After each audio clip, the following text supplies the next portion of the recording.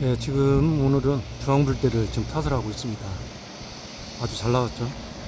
선형, 면 아주 좋습니다.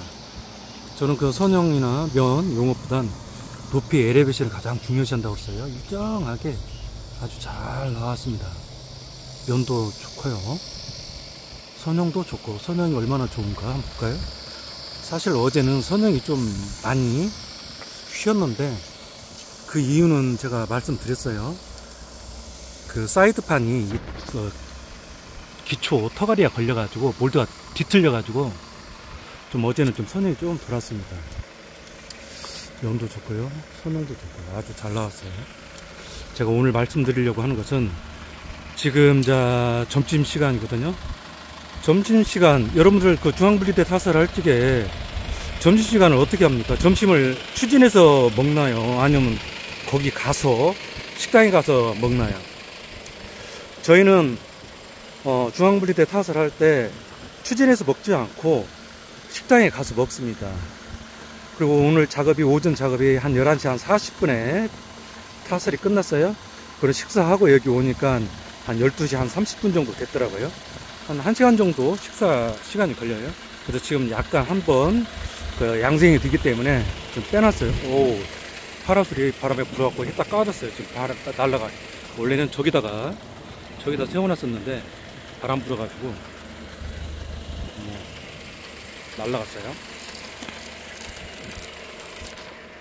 식사하고 와서 지금 약간 좀 살짝 뺐어요. 굽기 때문에 또 그 메시가 또 끊어집니다. 그래서 지금 살짝 빼놨어요. 지금 이렇게 살짝 뺐는데 여기가 좀 약간 튀었죠. 이런 것은 이건 방법 없어요. 이걸 톡톡 두드려 가지고 나중에 톡톡 두드려 가지고 잡아준다든지 아니면 좀 잣대 재우고 깎아내든지 저렇게 해야 됩니다. 저 구간이 톡 튀어나오면은 진짜 보기 싫어요. 자, 이 메시는 우리가 좀 긴 거 3m짜리 메시를 사용할 수 있도록 그렇게 해야 됩니다. 여기 메시는 2.7m, 처음에는 1.7m였는데 여기는 지금은 2.7m예요. 그 새우 메시를 구입해서 쓰는 게 아주 좋습니다. 새우 메시는 용접도 잘 돼 있고요. 그리고 이렇게 꺾으면은 다른 그 메시는 꺾으면은 경우에 따라서 끊어지는 경우가 생기는데 새우 메시는 그런 경우가 없습니다. 그리고 메시도 잘못 맸어요. 이렇게 매야 되는데 이것 봐요. 이렇게 매면 안 됩니다. 이렇게 매면 안 돼요.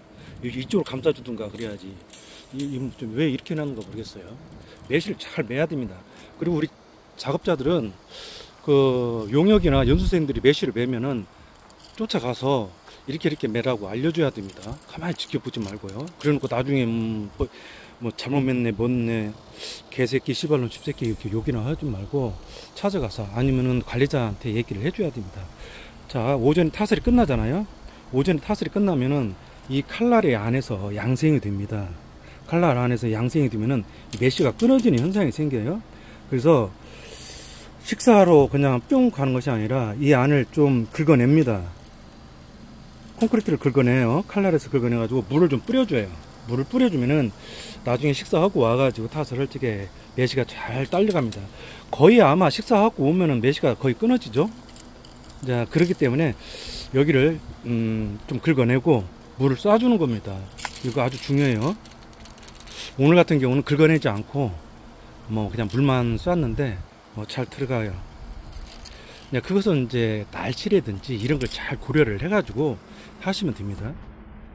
여기 보시면 이게 이제 돌리다가 꺾다가 끊어진 겁니다. 이게. 여기 같은 경우는 어떻게 하냐면은 우리 결속선 있죠. 결속선을 한번 묶어주는 겁니다. 결속선 두 겹으로 해가지고 묶어줘야 됩니다.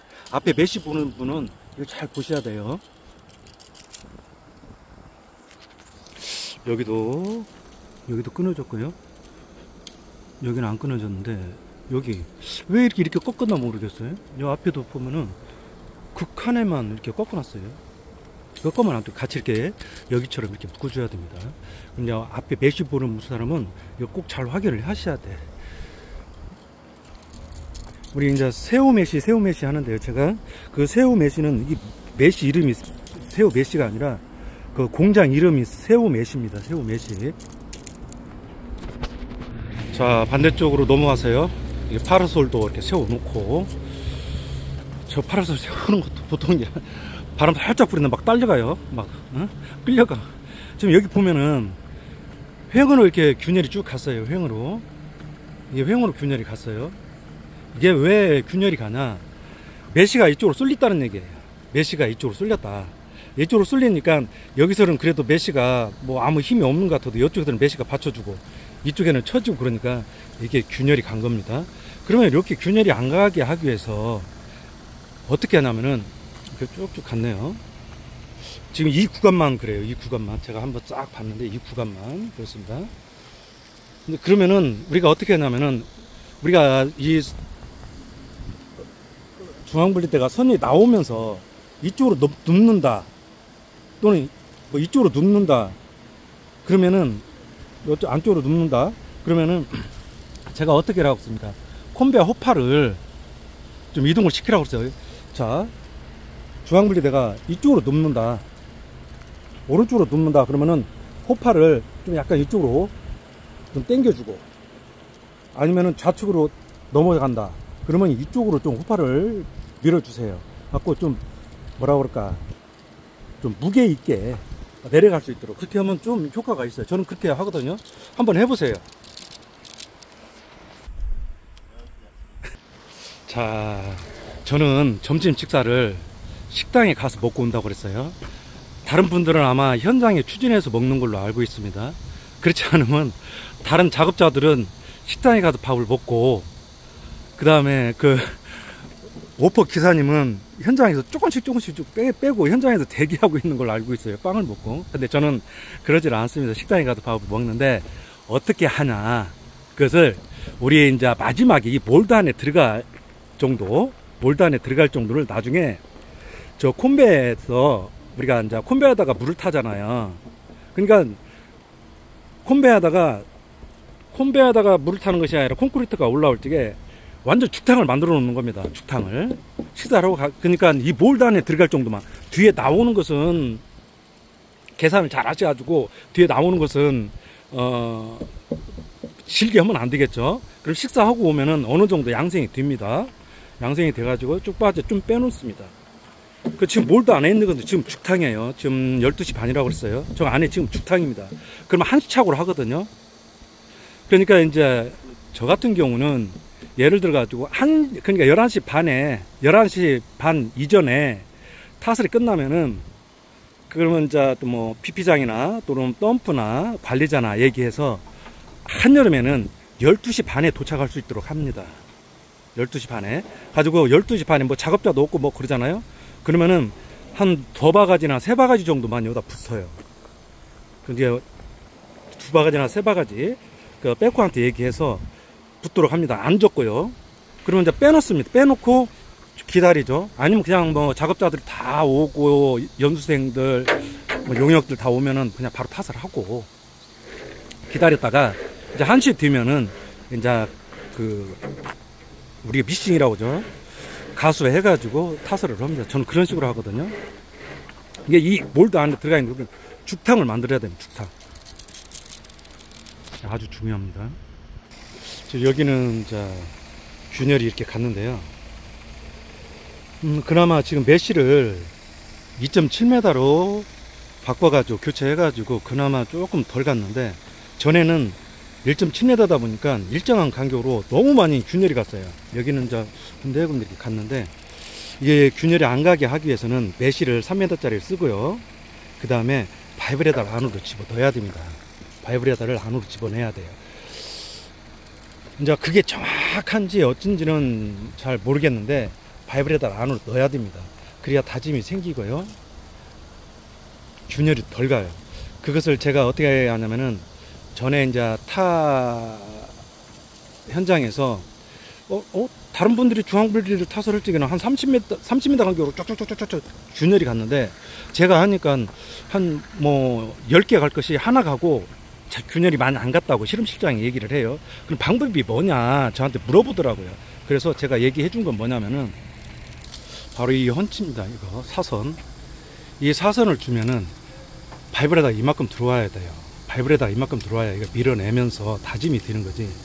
바이브레다 거의 뭐 지금 얘도 이만큼밖에 안 들어왔어요. 이만큼. 여기까지 들어와야 돼요. 한 10cm를 더 들어와야 됩니다. 이게 다른 분들은 여기까지도 안 들어오죠. 요 안에서 헛질할만 하는 거죠. 헛질할. 그래서 균열이 가는 겁니다. 제가 그 얘기를 했더니 그 실험실장이 우리 이거 특허내게요 그러더라고. 이 사람 또 뭐 특허바람이 불었나 제가 속으로 그랬는데 그분이 굉장히 좋아하더라고요.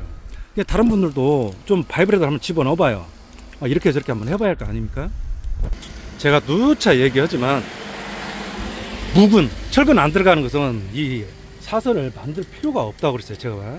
그리고 저는 제 생각인데 철근도 마찬가지입니다. 방호벽도 이 사선을 하지 말고 바이브레터를 어떻게 하면 최대한 가까이다가 해가지고 그냥 바이브레터를 뒤에서 봤을 적에 절반만 보이게 달아도 효과가 좋습니다.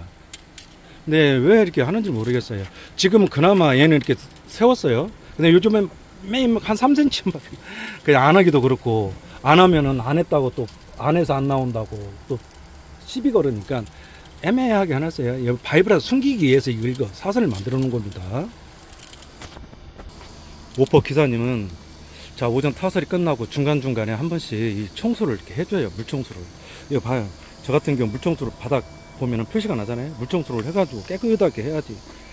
완전 정말로 뭐 똥 푸는 일을 해야지. 완전 뭐. 처음에 왔을 적에는 이쪽 바깥쪽은 괜찮은데 저 안쪽은 구멍도 다 막혔어요. 구멍도.